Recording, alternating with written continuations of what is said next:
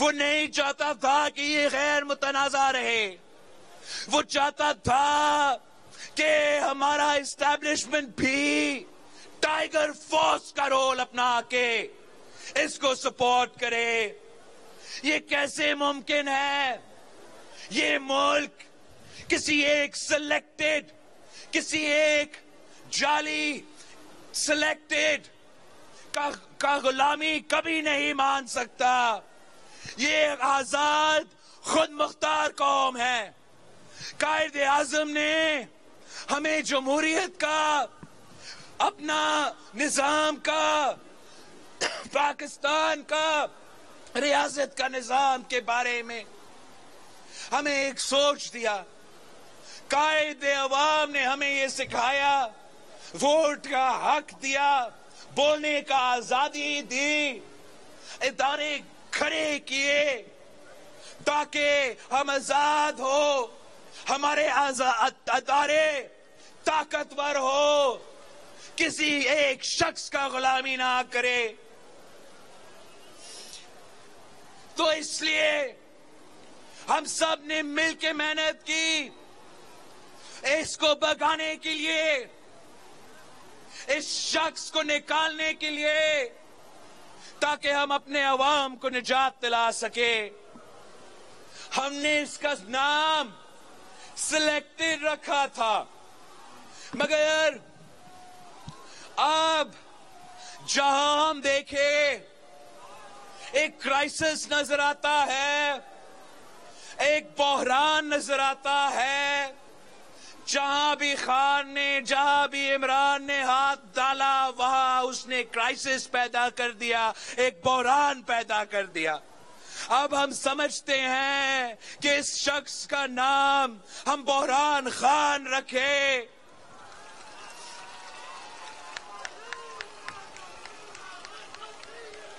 جمہوری بحران، آئینی بحران، معاشی بحران، خارجہ سطح پہ، فورن انٹرنیشنل سطح پہ بحران، معاشی بحران، پانی کا بحران، بجلی کا بحران. یہ تو سارے کے سارے جو مسائل ہیں 4 سال کے اندر ہی اندر تبدیلی کے نام پہ یہ تباہی ہوا ہے. تبدیلی کے نام پہ خان صاحب نے عام آدمی کا جینا حرام کر دیا. تبدیلی کے نام پہ عام آدمی کا معاشی قتل ہوا. تبدیلی کے نام پہ آپ پوچھے مزدوروں کے، پوچھے میرے اسٹیل ویل والوں جو ادھر سامنے نظر آ رہے ہیں. ہمارا محنت کش، ہمارا مزدور محنت تو کرتے آ رہا ہے، مگر اس تبدیلی کے نام کی تباہی کی وجہ سے وہ محنت کا پھل نہیں مل رہا. جن کے پاس روزگار موجود تھا ان سے بھی روزگار چھینا. کم از کم تنخواہ میں اضافہ نہیں کرتا تھا. اسٹیل مل جیسے ادارے کو بند کر کے راتوں رات 10,000 خاندان کو بے روزگار کرا دیا.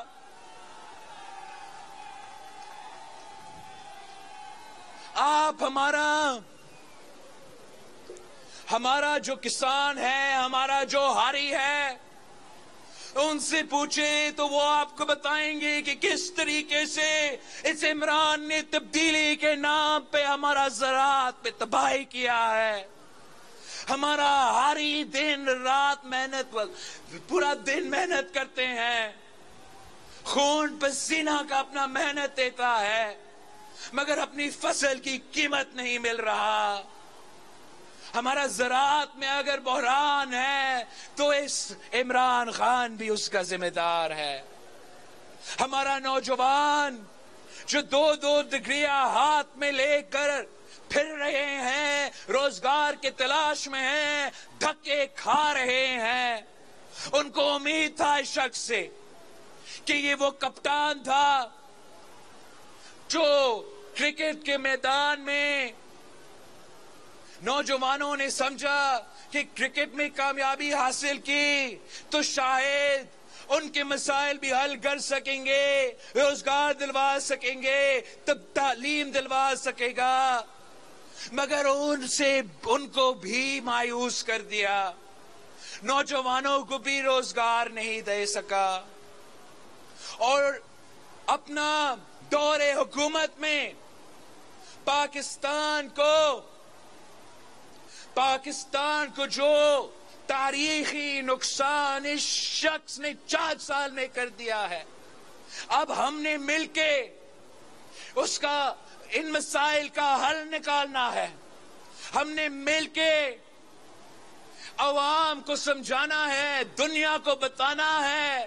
قائد عوام کہتا تھا کہ ہمارا عوام کی قسمت میں یہ نہیں لکھا ہے، ہمارا ملک کی قسمت میں یہ نہیں لکھا ہے کہ ہم ہمیشہ غریب ہی رہے۔ اگر ہم مل کے عوام کے مفاد میں، ملک کے مفاد میں فیصلے لیتے ہیں تو ہم ان مسائل سے نکل سکتے ہیں۔ خان صاحب نے اپنا دور الحکومت میں جو نقصان کیا، شکنی کر کے، آئین شکنی کرتے ہوئے اس عدم اعتماد سے بھاگنے کی کوشش کی۔ بھاگتے بھاگتے نہ صرف ہمارا آئین پہ حملہ کیا، ہمارا پارلیمان پہ حملہ کیا، مگر اب یہ عدلیہ اور اداروں پہ بھی حملے کر رہا ہے۔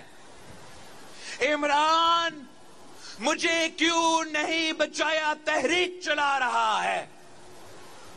یہ تحریک چلا رہا ہے کہ ادارے آئینی اور قانونی دائرے کے رہنے کے بجائے وہ جمہوری نظام پہ مداخلت کرے۔ یہ وہ پہلے وزیر اعظم ہیں جو تحریک چلا رہے ہیں کہ غیر جمہوری قدم اٹھایا جائے اور مجھے بچائے۔ یہ کس قسم کا وزیر اعظم ہے؟ کچھ جمہوریت کے نام پہ وزیر اعظم بنتا، اور اگر وہ وزیر اعظم نہیں رہتا تو جمہوریت کا جنازہ نکالتا۔ یہ کس قسم کا وزیر اعظم ہے کہ اپنے دور الحکومت میں معیشت کو تاریخی نقصان پہنچایا، مگر اپنا کرسی بچانے کے لیے یا ہمارا عدم اعتماد سے بھاگتے بھاگتے ہمارا معیشت کو جلا کے رکھا ہے، خزانے خالی چھوڑا ہے، انفنڈڈ اور اللیگل معاشی اقدامات اٹھائے ہیں تاکہ عوام کو، ملک کو اتنا مشکل ہو، اتنا مسائل ہو، اتنا تکلیف ہو، مزید معاشی بحران پیدا ہو اور عمران کو یاد کیا جائے۔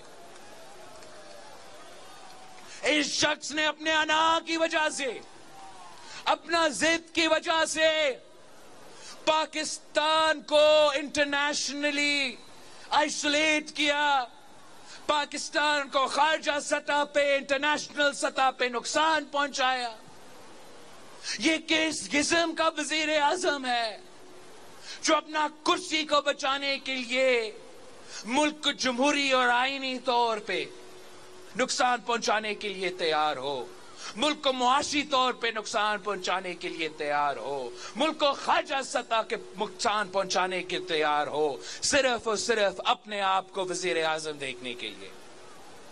یہ وہ وزیر اعظم ہے جس نے ہمارا معیشت کو اس حد تک تباہ کیا ہے، اس حد تک تباہ کیا ہے کہ بہت محنت کی ضرورت ہے ہمارا معیشت کو کھڑا کرنے کے لیے۔ یہ جو معاشی بحران ہے، اس میں مہنگائی ہے، غربت ہے، بے روزگاری ہے، مگر ساتھ ساتھ ہمارا زراعت کا بحران ہے، ہمارا پانی کا بحران ہے، ہمارا بجلی اور گیس کا بحران ہے، اور یہ سب اس بحران خان کے پیدا کیا گیا بحران ہے۔ ہم آپ کو معلوم ہے پاکستان پیپلز پارٹی کب سے کہتا آ رہا ہے کہ پانی پہ سیاست نہ کیا جائے, پانی پہ ناانصافی نہ کیا جائے, پانی کے میں اگر کوئی کمی ہو تو ساری صبح وہ بوجھ اٹھائے. ہمیں تانا دیا جاتا تھا, ہمارے خلاف کردار کشی کیا جاتا تھا. اب پورا ملک پیاسا ہے, اس لیے خان صاحب نے پانی کے ساتھ ناانصافی کیا, پانی کی تقسیم کے ساتھ ناانصافی کیا, تو ملک بھر میں ہم پانی کا بحران کا سامنا کر رہے ہیں. یہ کہتے ہیں یہ سندھ والے یہ زیادہ شور مچاتے ہیں پانی کے بحران پہ. ہم کہتے ہیں اگر پانی کا بحران ہے یہ سندھ کا مسئلہ نہیں ہے, یہ پورے پاکستان کا مسئلہ ہے, یہ بلوچستان کا مسئلہ ہے, یہ وسیب کا مسئلہ ہے, یہ پوٹہار اور پنجاب کا مسئلہ ہے, یہ آزاد کشمیر, گلگت بلتستان اور پختونخوا کا بھی مسئلہ ہے. اگر کشمیر پاکستان کا شہرگ ہے تو ہمارا جو انڈس ہے یہ پاکستان کی معیشت کا شہرگ ہے, پاکستان کا زراعت کا شہرگ ہے. اور ہمارا جو مائٹی انڈس کہا جاتا ہے, جو مائٹی انڈس ہے وہ ریگستان میں تبدیل ہوتا جا رہا ہے. اگر ہم پہلے سے کہتے آ رہے ہیں, پہلے سے کہتے آ رہے ہیں کہ 1990 کا واٹر ایکارڈ, یہ واٹر ایکارڈ میں مسائل تھے, اس واٹر ایکارڈ متنازع تھا, مگر اس متنازع واٹر ایکارڈ پہ بھی عمل نہیں ہو رہا ہے, تو یہ نقصان صرف ایک صوبہ کا نہیں ہوگا, یہ نقصان پورا کا پورا وفاق کا ہوگا. آج نظر آ رہا ہے کہ ڈیرہ بگٹی ہو, بلوچستان ہو, تو وہاں پانی کا اتنا بحران ہے کہ وہاں کے عوام گندا پانی پی کے بیمار ہو رہے ہیں.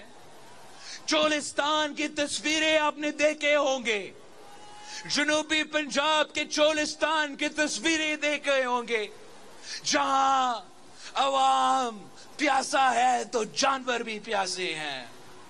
اور ہمارا جو صوبہ سندھ ہے, یہاں تو ٹھٹا سجاول کراچی سے لے کے گھوٹ کی کشمور تک ہمارا عوام پیاسا ہے, ہمارا زراعت تباہ ہو چکا ہے.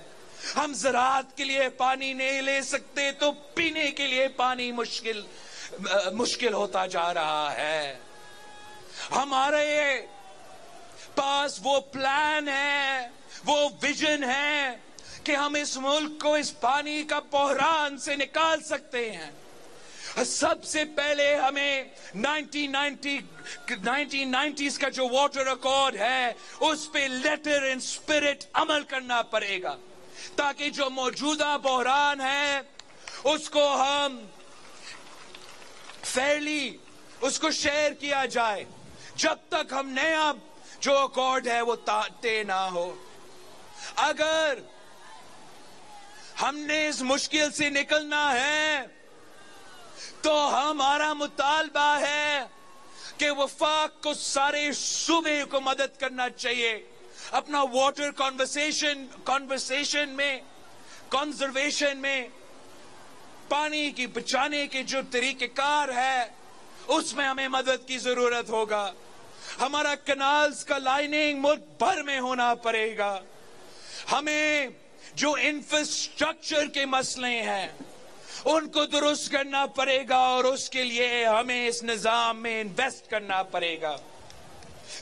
وہ پانی کا جو انفراسٹرکچر ہے, آپ اگر پختونخوا کا مسائل بھی دیکھیں تو پختونخوا میں اپنا جو انفراسٹرکچر ہے اس میں مسائل ہے, وہ اپنا پانی استعمال نہیں کر سکتے.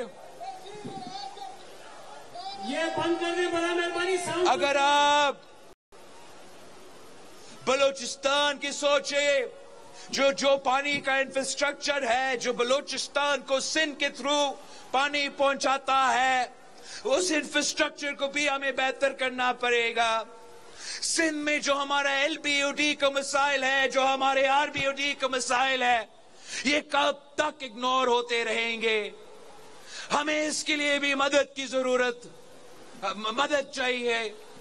ہم آج تک ملک بھر میں فلڈ اریگیشن کرتے ہیں، ہمیں ڈرپ اریگیشن کی طرف بڑھنا پڑے گا۔ اس کے لیے سندھ حکومت اپنا وسائل سے تھوڑا بہت کام کر رہے ہیں، مگر ملک بھر میں وفاق کا سپورٹ کے ساتھ ہمیں نیا ٹیکنالوجیز کی طرف جانا پڑے گا۔ سندھ وہ واحد صوبہ ہے جس نے سب سے زیادہ رین واٹر، بارش کا پانی جمع کرنے کے لیے ڈیمز قائم کیے ہیں۔ اگر ہمیں مدد کیا جائے، اگر سارے صوبے کو مدد کیا جائے تو ہم رین سٹوریج کے ڈیمز اور بنا سکتے ہیں۔ اور اب ہمارا جو کوسٹل ایریاز ہے، ہم مزید انتظار نہیں کر سکتے ہیں، ہمیں وفاق کی مدد چاہیے۔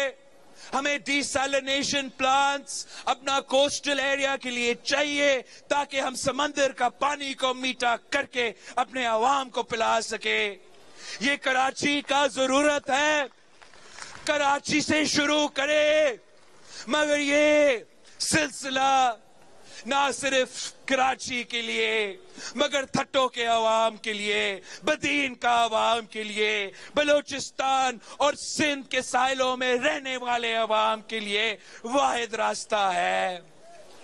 آپ ہمیں ہمارے ساتھ دے۔ عمران نے انکار کر دیا، ہم امید رکھتے ہیں کہ موجودہ حکومت تو انکار نہیں کرے گا، شاہ صاحب کے ساتھ دے گا، اور ہم انشاءاللہ تعالی پانی کا ڈی سیلینیشن کا منصوبہ شروع کریں گے۔ وہ K4 میں کب سے سنتا آ رہا ہوں کہ K4 بنے گا اور ہمارا کراچی کو پانی ملے گا۔ امید ہے کہ عمران کی طرح ہمیں سیبوٹاج کرنے کے بجائے موجودہ حکومت سندھ حکومت کے ساتھ مل کے K4 کا منصوبہ بھی شروع کرے گا۔ ہمیں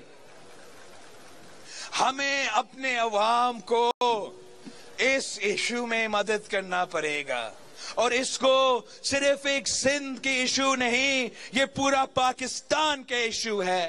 پینے کا پانی کا مسئلہ اگر کراچی کا ایشو ہے تو جنوبی پنجاب کے ایشو ہے، پنجاب کے شہروں کا ایشو ہے، بلوچستان کا ایشو ہے۔ میں آپ کو بتاؤں، میں آزاد کشمیر اور گلگت بلتستان کے پہاڑوں سے ہو کے آیا۔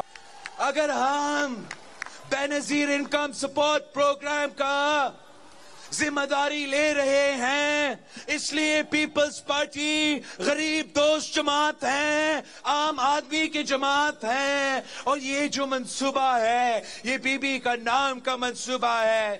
اس ملک کا سب سے پہلے سوشل سیفٹی نیٹ اور غریبوں کے لیے جو ریلیف کا منصوبہ ہے وہ بے نظیر انکم سپورٹ پروگرام تھا، اور وہ ظالم سلیکٹڈ ہمارے غریبوں کو بھی نہیں چھوڑا، ہمارا بی بی کارڈ کی بینیفیشریز کو بھی معاف نہیں کیا۔ اور خان صاحب نے غریب عورتوں کے ہاتھ سے بی بی کارڈ چھینا، اور اس منصوبہ کو ختم کرنے کی کوشش کی۔ اب ہم بے نظیر انکم سپورٹ پروگرام کو بچائیں گے۔ جس کے ساتھ ناانصافی ہوا ان کے ساتھ انصاف